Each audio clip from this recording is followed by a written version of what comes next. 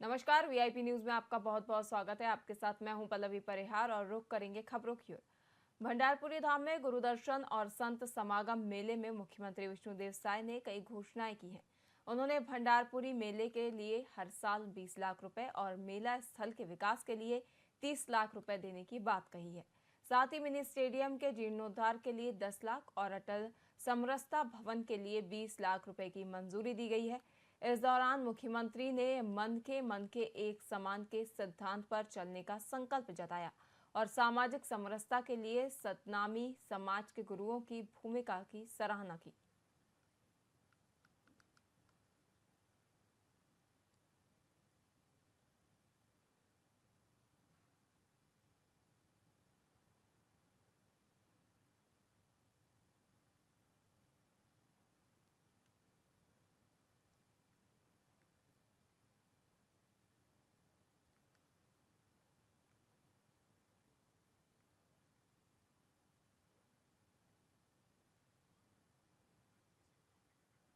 पूरी ये इस पवित्र धाम में गुरु दर्शन और संत समागम का आयोजन था। थोड़ा नीचे समाज की तरफ से आमंत्रित थे और आज हमारे प्रदेश के राजस्व मंत्री कंकम वर्मा जी वो भी उपस्थित हुए हैं। के जो लोकप्रिय विधायक है जसवंत जी वो भी हैं, हमारे गोसेवाड़ा जी हैं, अहिवारा के विधायक, इस क्षेत्र की सांसद जानते हैं और बहुत सारे हमारे पार्टी के वरिष्ठजन हैं। सब यहाँ पर उपस्थित हुए और आज गुरु दर्शन कार्यक्रम में पूज्य बाबा गुरु घासीदास जी का हम लोग अर्चन की से छत्तीसगढ़ की खुशहाली के लिए कामना किए। मुख्यमंत्री एक समान, उसी तरह से हमारी सरकार भी सभी वर्ग के विकास के लिए चिंता कर रही है और क्योंकि बहुत पुराना ये धाम है और यहाँ काफी विकास करने की आवश्यकता है। तो आज सरकार की तरफ से जो घोषणा किए हैं, शूरवीर महान तापी राजा गुरु बालक नाथ साहेब, उनके सम्मान में आज का कार्यक्रम हो रहा है। और ये सम्मान इसलिए हो रहा है, ये कार्यक्रम इसलिए होता है कि सन 1800 में बाबा गुरु बालक नाथ जी को अंग्रेजों मन के द्वारा राजा की पदवी से राज तिलक करके राजपाट हाथी घोड़ा पाट पटाकर लेकर उनका राजपाट दे के सम्मान किया गया था। भाजपा प्रदेश प्रवक्ता केदार गुप्ता ने आगामी चुनावों को लेकर एक बयान जारी किया है, जिसमें उन्होंने भारतीय जनता पार्टी को 24 घंटे जनता की सेवा में समर्पित पार्टी बताया और कहा कि छत्तीसगढ़ की भाजपा सरकार डबल इंजन की सरकार है, जिसमें किसी भी प्रकार की कमी नहीं है। इसी के तहत उन्होंने ये भी बताया कि सभी विधायकों और मंत्रियों को निकाय चुनावों के लिए जिम्मेदारी सौंप दी गई है। कई नई योजनाएं जल्द ही लॉन्च की जाएंगी, जिसे लेकर हमारे मंत्री और विधायक क्षेत्र में सक्रिय रहेंगे।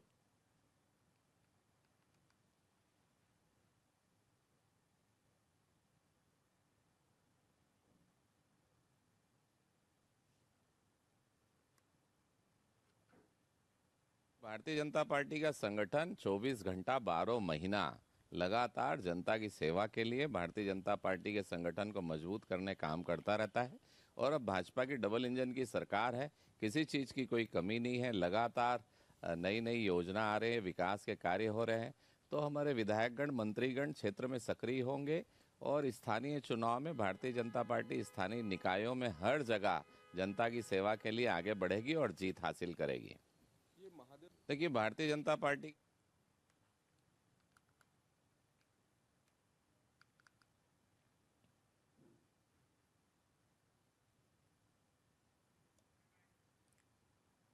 कांग्रेस के मीडिया प्रभारी सुशील आनंद शुक्ला ने भाजपा सरकार पर जमकर हमला बोला है।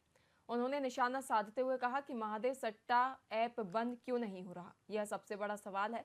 भाजपा की डबल इंजन की सरकार बने 10 महीने हो गए हैं। केंद्र में भाजपा की सरकार है, जो एशिया में सबसे बड़ी सरकार है। वो महादेव सट्टा ऐप बंद नहीं करवा पा रही है। वहीं इस दौरान उन्होंने सब्जियों के बढ़ते दामों को लेकर कहा कि हर वस्तुओं के दाम बढ़ गए हैं। खाद्य तेल के दाम अचानक से आदेश कर दाम बढ़ा दिए गए हैं।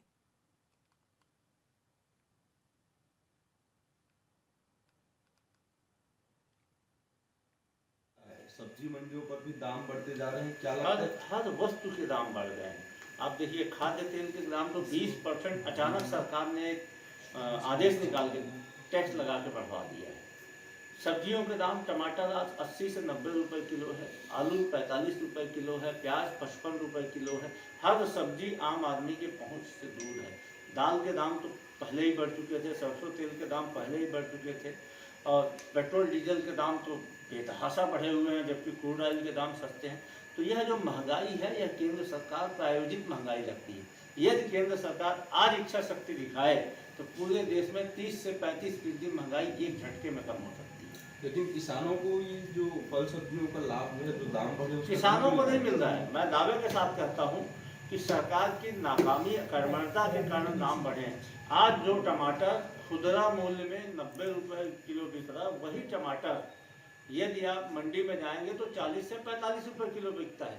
इसका मतलब ये है कि बीच में बिचौलिए ज़्यादा पैसा कमा रहे हैं। सरकार इसको रोक पाने में, खाद्य विभाग इसको रोक पाने में पूरी तरीके से असफल साबित हुआ है। हो गया भाई।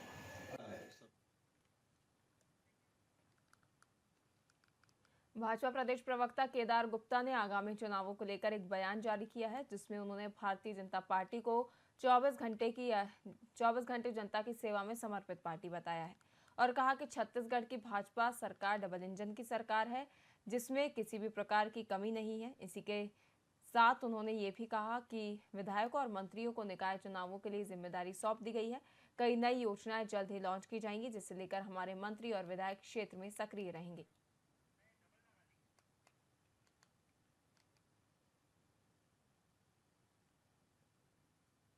देखिए, भारतीय जनता पार्टी का संगठन 24 घंटा 12 महीना लगातार जनता की सेवा के लिए भारतीय जनता पार्टी के संगठन को मजबूत करने काम करता रहता है। और अब भाजपा की डबल इंजन की सरकार है, किसी चीज़ की कोई कमी नहीं है। लगातार नई नई योजना आ रही है, विकास के कार्य हो रहे हैं। तो हमारे विधायकगण, मंत्रीगण क्षेत्र में सक्रिय होंगे और स्थानीय चुनाव में भारतीय जनता पार्टी स्थानीय निकायों में हर जगह जनता की सेवा के लिए आगे बढ़ेगी और जीत हासिल करेगी। देखिए, भारतीय रायपुर के न्यू राजेंद्र नगर थाना क्षेत्र में चोरों ने एक हफ्ते में 2 बार एक ही दुकान को अपना निशाना बनाया, जिससे व्यापारियों में डर और चिंता फैल गई है। वहीं चोरी के दौरान लगभग 13 लाख रुपए के आरआर केबल्स की चोरी की गई। वहीं पुलिस ने कहा कि वे चोरों की तलाश में पूरी सक्रियता से जुटे हुए हैं और उम्मीद जताई है कि जल्द ही उन्हें गिरफ्तार कर लिया जाएगा।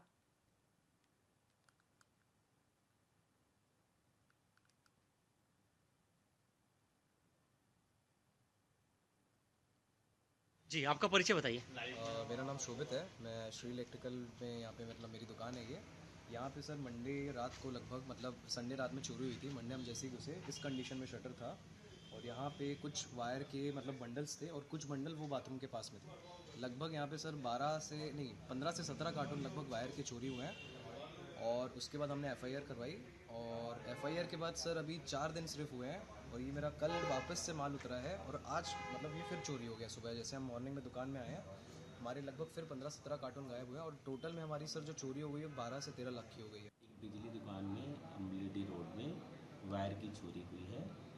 इसमें प्राथमिकी दर्ज की गई है, विवेचना की जा रही है और पुलिस हर संभव प्रयास कर रही है आरोपी को खोजने का।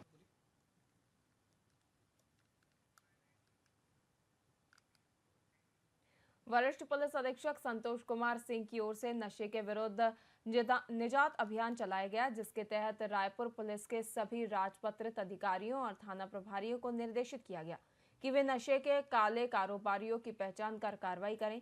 जिसके बाद विगत दिनों थाना खमतराई पुलिस को सूचना मिली कि डोरापारा स्थित RTO कार्यालय के पास एक व्यक्ति ने सफेद रंग की बोरी में अवैध रूप से मादक पदार्थ रखा हुआ है। जिसके बाद पुलिस ने सूचना की तस्दीक कर आरोपी को रंगे हाथों पकड़ने के निर्देश दिए। वहीं पुलिस ने तत्परता दिखाते हुए कार्रवाई की और आरोपी को रंगे हाथों गिरफ्तार कर लिया गया है।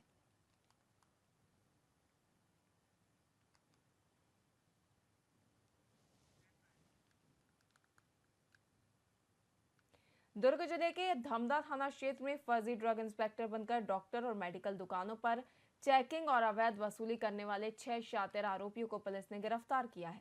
मामले में मिली जानकारी के अनुसार पुलिस को सूचना मिली थी कि ग्रामीण क्षेत्र में एक गिरोह ड्रग इंस्पेक्टर बनकर डॉक्टरों और मेडिकल स्टोर की चेकिंग कर रहा है। इसके बाद पुलिस ने दुर्ग पुलिस अधीक्षक जितेंद्र शुक्ला के निर्देशन में कार्रवाई करते हुए गिरोह के खिलाफ एफआईआर दर्ज कर उन्हें गिरफ्तार किया है और उनसे पूछताछ की, जिसके बाद सारा मामला सामने आया।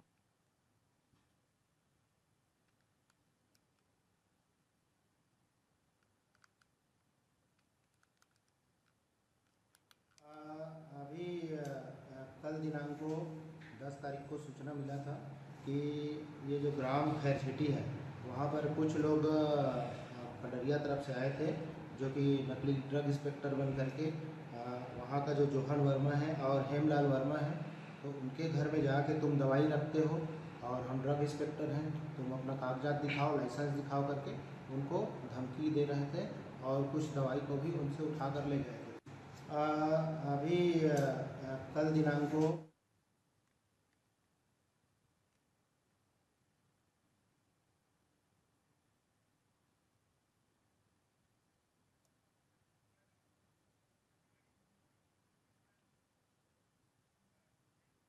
प्रदेश में धान खरीदी को लेकर कांग्रेस और भाजपा के बीच वार पलटवार जारी है।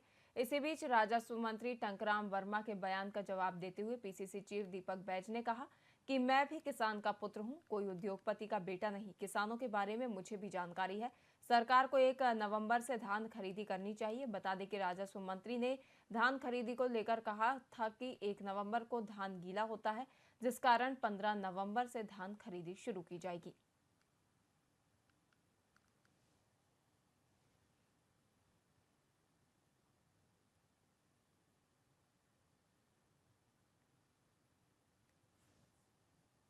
के बेटे हैं, फिर दीपक बैज के उद्योगपति का बेटा है, तो इस तरह का बयान, कौन किसान का बेटा नहीं है, कौन किसान का बेटा है। हम किसान की बात कर रहे हैं, हम धान की बात कर रहे हैं, हम टंकराम वर्मा जी का बात नहीं कर रहे। धान खरीदी 1 नवंबर से शुरू होना चाहिए। पिछली सरकार ने भी 1 नवंबर से शुरुआत की थी, तो आखिर सरकार क्यों टाल मटोल कर रही है? क्या केंद्र सरकार के दबाव में है? क्या किसानों से कोई षड्यंत्र करने जा रही है?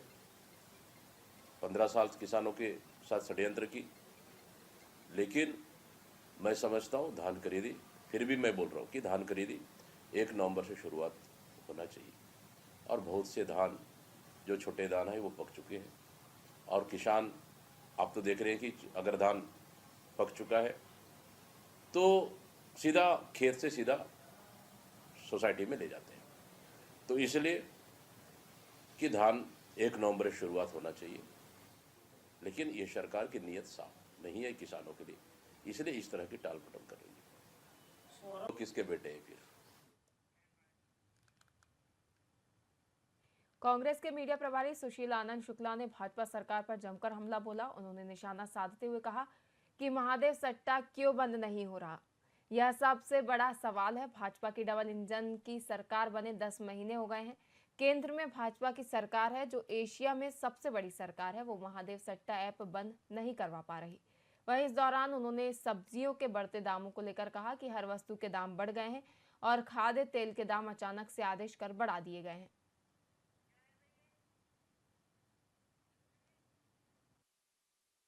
सब्जी मंडियों पर भी दाम बढ़ते जा रहे हैं, क्या लगता है? हर वस्तु के दाम बढ़ गए हैं।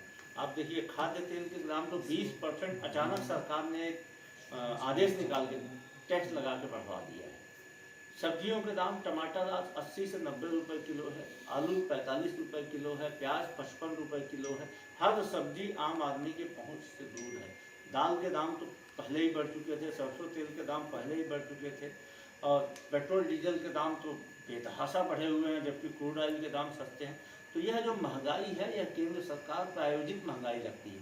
यदि केंद्र सरकार आज इच्छा शक्ति दिखाए तो पूरे देश में 30 से 35% महंगाई एक झटके में कम हो सकती है। लेकिन किसानों को ये जो फल सब्जियों का लाभ है, जो दाम बढ़े, किसानों को नहीं मिल रहा है। मैं दावे के साथ कहता हूँ कि सरकार की नाकामी, कर्मठता के कारण दाम बढ़े हैं। आज जो टमाटर खुदरा मूल्य में 90 रुपए किलो बिक रहा, वही टमाटर यदि आप मंडी में जाएंगे तो 40 से 45 रुपए किलो बिकता है। इसका मतलब ये है कि बीच में बिचौलिए ज़्यादा पैसा कमा रहे हैं। सरकार इसको रोक पाने में, खाद्य विभाग इसको रोक पाने में पूरी तरीके से असफल साबित हुआ है। प्रदेश में शुरू होने वाले धान खरीदी को लेकर खाद्य मंत्री ने पत्रकारों से बातचीत की। इस दौरान उन्होंने कहा कि प्रदेश में हर साल 1 नवंबर से धान खरीदी शुरू हो जाती है, लेकिन इस बार खरीदी में त्योहारों के कारण देरी होने की संभावना है। धान की खरीदी 1 से 15 नवंबर के बीच में हो सकती है।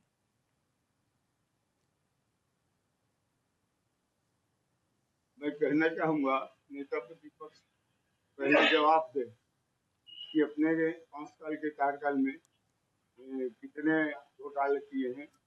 उनके कार्यकाल के, अपने कार्यकाल के घोटाले पहले वो देख ले, फिर हमारी सरकार की चिंता करेगा।